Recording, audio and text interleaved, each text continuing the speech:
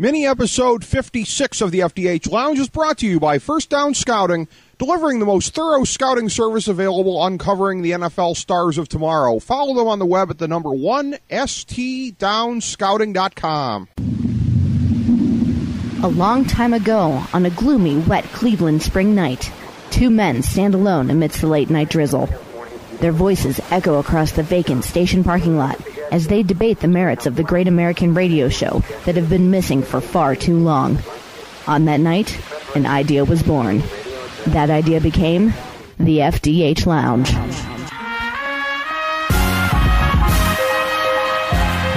Welcome to the FDH Lounge. Hello, welcome to mini episode number 56 of the FDH Lounge.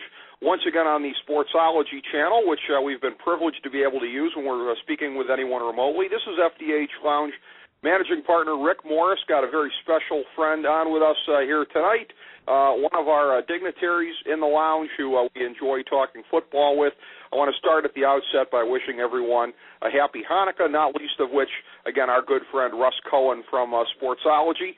And we have a very excellent mini episode here for you tonight. It's an NFL playoff preview, and we're going to start by focusing on the team that this gentleman knows the best, that being the New York Jets.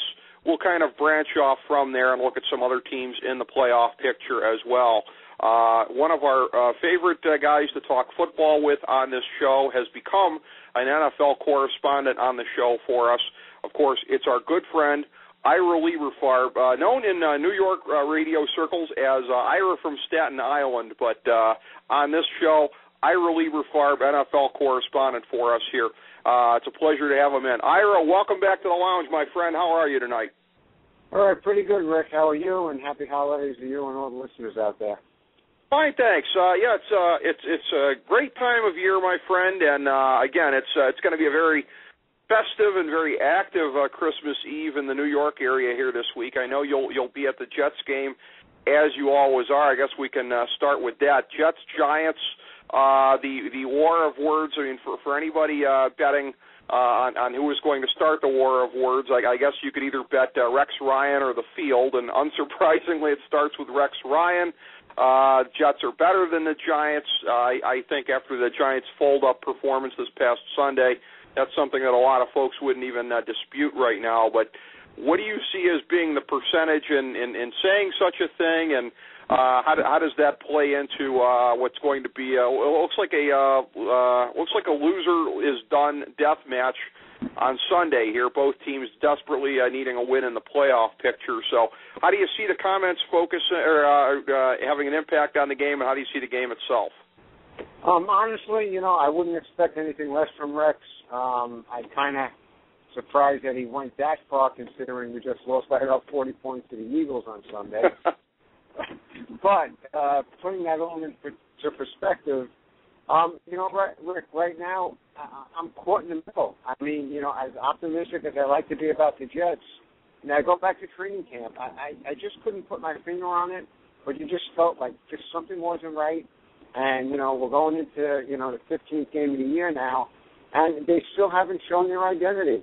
They want to be a running game, the team, they want to throw the ball, and the defense is taking a step backwards. Now you got a Giant team coming off a horrible loss against Washington. So, both teams are desperate. I know the Jets aren't dead if they lose. They could still get in with some tiebreakers. The Giants absolutely can't get in if they lose. So right now, I'll tell you the truth, I think you could just flip a coin, because coming off two bad performances like that, I just think whichever team comes out and has the better day is going to win the game. Ira, I'd like to focus in on what you said there about something not being right. In a mini episode that we did last week with another one of our football specialists, Kyle Ross, he agreed wholeheartedly with my point about the Jets. But nobody knows more about the Jets than you, so I'd really like to run this by you. My point when we were talking about the Jets, at that time I said, there's one thing Mark Sanchez has in common with Aaron Rodgers, and as far as I'm concerned, and that's that he's the best player on his offense at the skill positions. Now, with Aaron Rodgers, he's better than, I'd say, even Greg Jennings and some other great players there, Jermichael Finley. To me, Mark Sanchez is the best skill position player on the Jets, by default. I see the skill position players as being overrated. I'd still say it's an above-average group, but they've been billed as being more than that. To me, Santonio Holmes is only a number one because he gets paid like that. He's not consistent enough in my book. And on down the line, Sean Green, I think, is an above-average NFL running back, but not the consistent number one thus far that you like to have. To me, it's Sanchez the best player by default there, and that he gets a lot of skill slings and arrows, but to me the slings and arrows come from those who think he has more to work with than what he does. Do you agree or disagree with my theory? You know what? You took the words right out of my mouth. I mean, I guess just being in the New York area, everybody gets overrated right from the beginning. Holmes, I love Holmes. You know, I think he's an excellent receiver.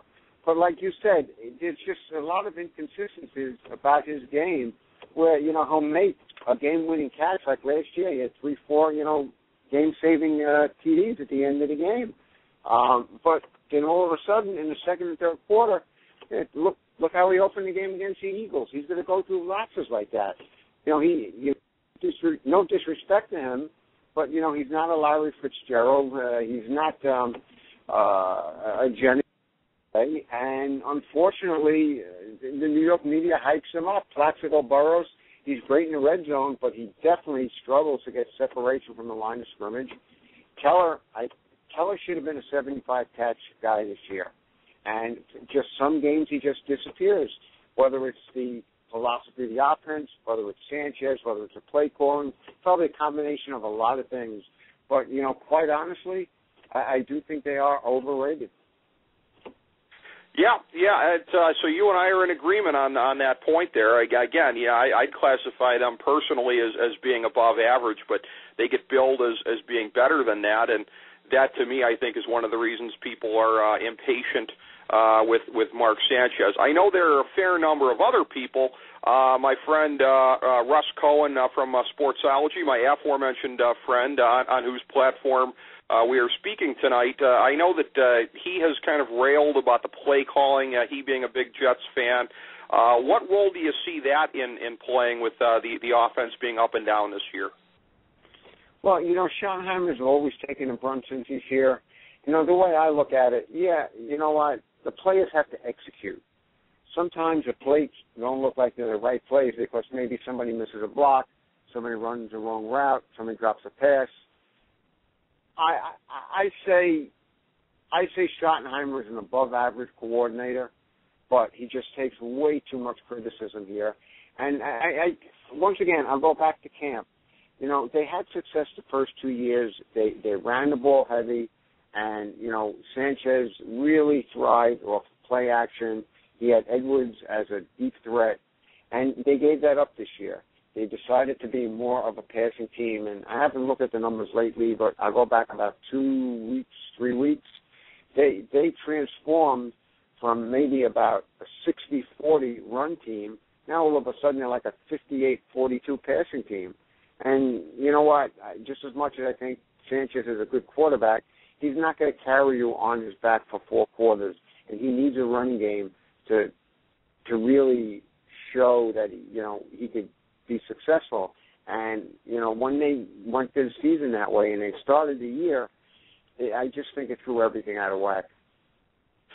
Yeah, that is a very abrupt change in identity from one year to the next. And when you're looking at mostly the same personnel, although, as you said, formerly they'd had Edwards in there, but still it's a big change in identity, and that can be kind of abrupt. I like to, as I said previously, use the Jets and your experiences watching them there as a jumping-off point for some of your other observations about the league this year, and something that you were in position to see several weeks ago. One of the 2 or 3 biggest stories of the season, I'd say, has been Tebow Mania.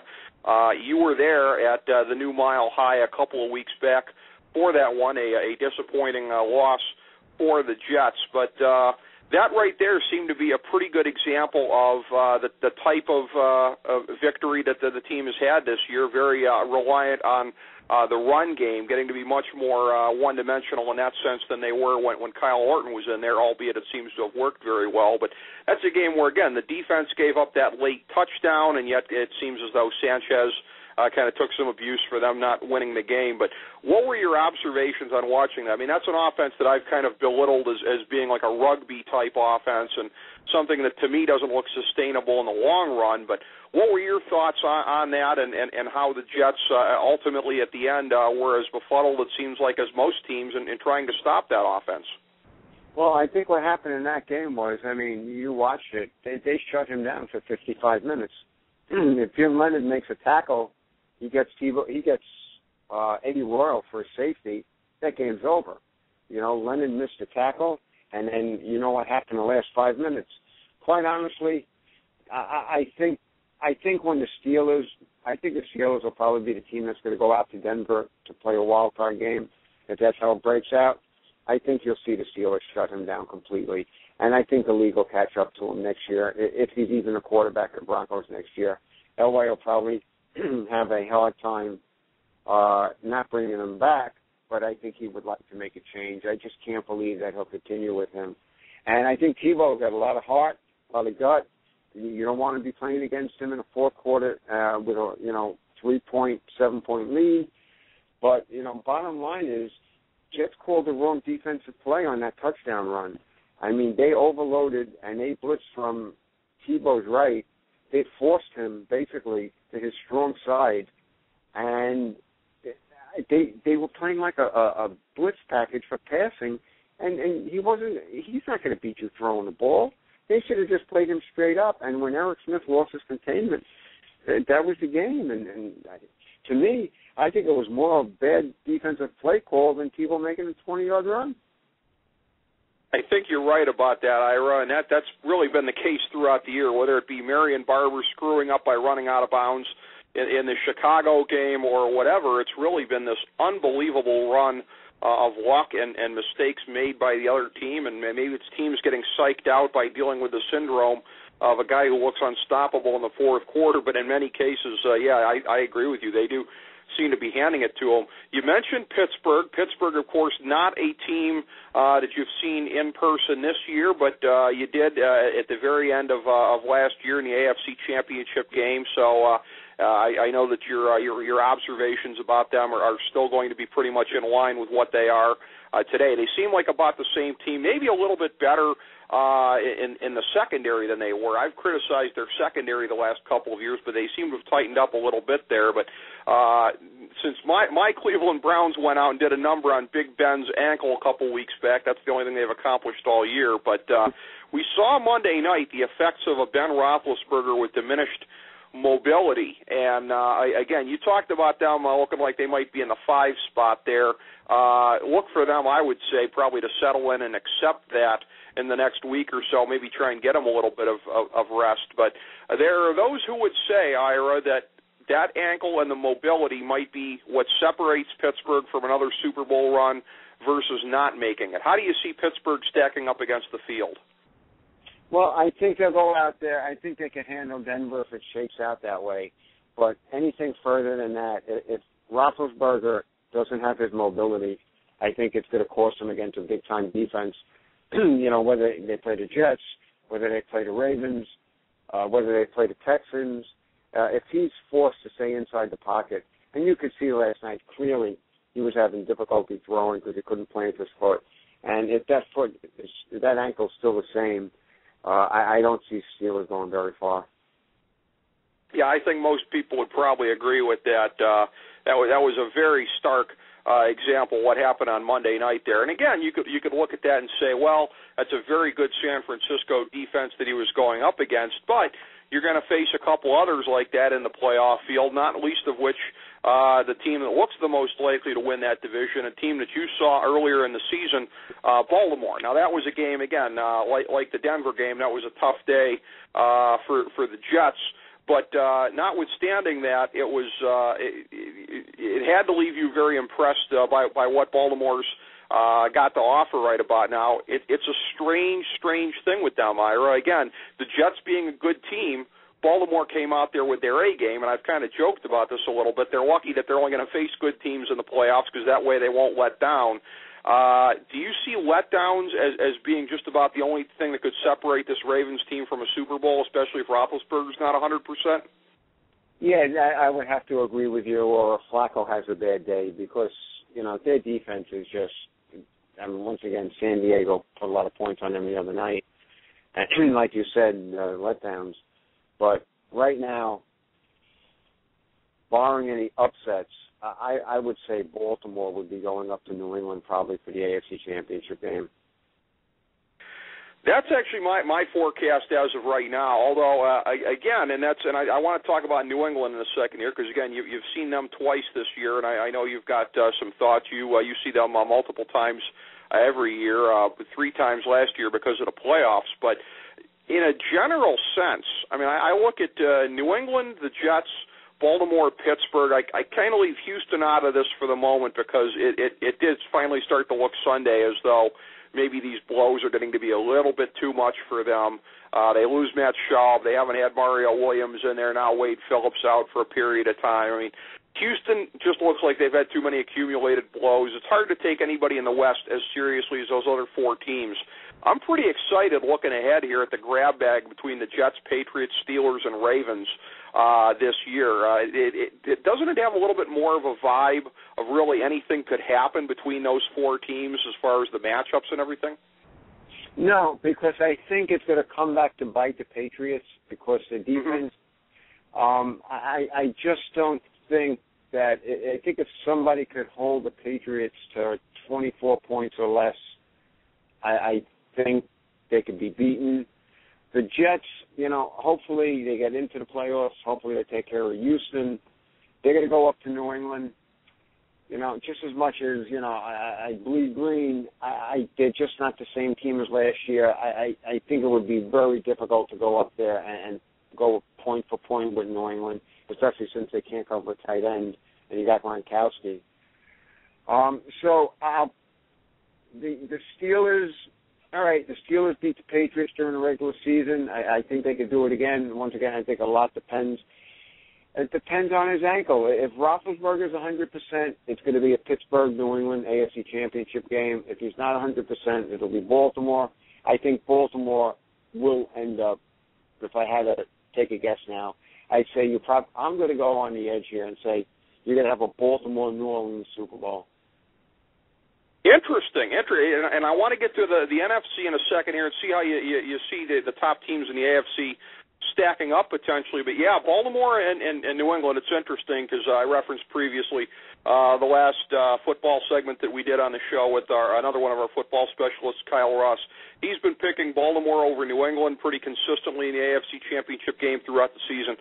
I've been saying New England over Baltimore, but that does have the earmarks of the classic offense versus defense type struggle there, because I said to him, to believe in Baltimore, I think you got to think they're going to get at least 21 points. It's interesting that you said 24, but we're thinking in the same ballpark. Baltimore, no matter how much they shut them down, is still going to have to score to a certain extent. Yeah, New England is an interesting case there because, again, they really seem to have become such a finesse team. They can still run the ball pretty good with Green Ellis, but they really so much rely on outscoring you with the pass. And like you said, Gronkowski has become one of the most uncoverable weapons in the league here. Again, from what you've seen of New England 5 times now over the course of the last 2 seasons, assess where you think they're at, please. Again, it seems like the offense is getting better and better, but the defense, it seems certainly worse than it was last year. Oh, yeah, absolutely. I just think that the defense just doesn't have the personnel. But, it's very deceiving with the Patriots. You look at the numbers, and they're right at the bottom 5 of the league defensively. But, once they give up most of their yardage in between the 20s. When you get into the red zone of the Patriots, they come up big. And you look at points allowed, they're up there pretty good with the top 5-10 defenses in the league. So I'm going to say they give up approximately 20, 21 points a game, which is not really the whole picture here, because they probably give up close to 400 yards a game. So I think you could strike with big plays on the Patriots, but once you get down into that red zone, they're difficult to score on. Plus, they do cause a lot of turnovers, which makes up for a lot of the yardage they give up. So they're a hard team to figure out, but once again, I just don't see You know, you go up there, you get a 15-degree day, maybe some snow, maybe some rain, and you're going to depend on a defensive to step up big. I just don't see him doing it. You know, maybe I'm going to be wrong. I just don't see it. Yeah, that's kind of bad when you would aspire to be seen as a bend but don't break defense, but you're still giving up 3 touchdowns a game. I mean, that's not a very high water mark of excellence for any team there. It's interesting when we talk about the top teams in the NFC. You mentioned New Orleans possibly making the Super Bowl.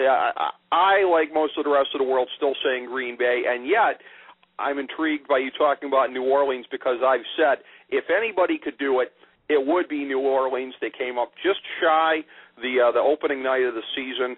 It seemed like, again, they're not going to get a better shot at them than that, and they still came up short because New Orleans, again, they're not massively hobbled by being outside the dome, but they're not a great cold weather team either, as witnessed by last year's unfortunate letdown in the wild card round. So talk about that, please. New Orleans and Green Bay, how you see them matching up, and if you agree with me that it pretty much comes down to those two in the NFC. Yeah, I do agree with you. It's going to be those two, barring an upset. I think the offense is kind of wash, and I'm going to give the Saints the edge because they're a better defensive club. I mean, the Packers, you could put points on. Look what happened with the Giants. You know, they put up 34 points on the Packers. You could score on them.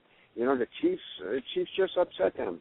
So I think they could be had, and I think the Saints have the weapons that can match point for point with the Packers. And I'm a defensive guy, and I'm always going to go with the better defensive team. And I think the Saints can pull off the upset and beat the Packers in Green Bay.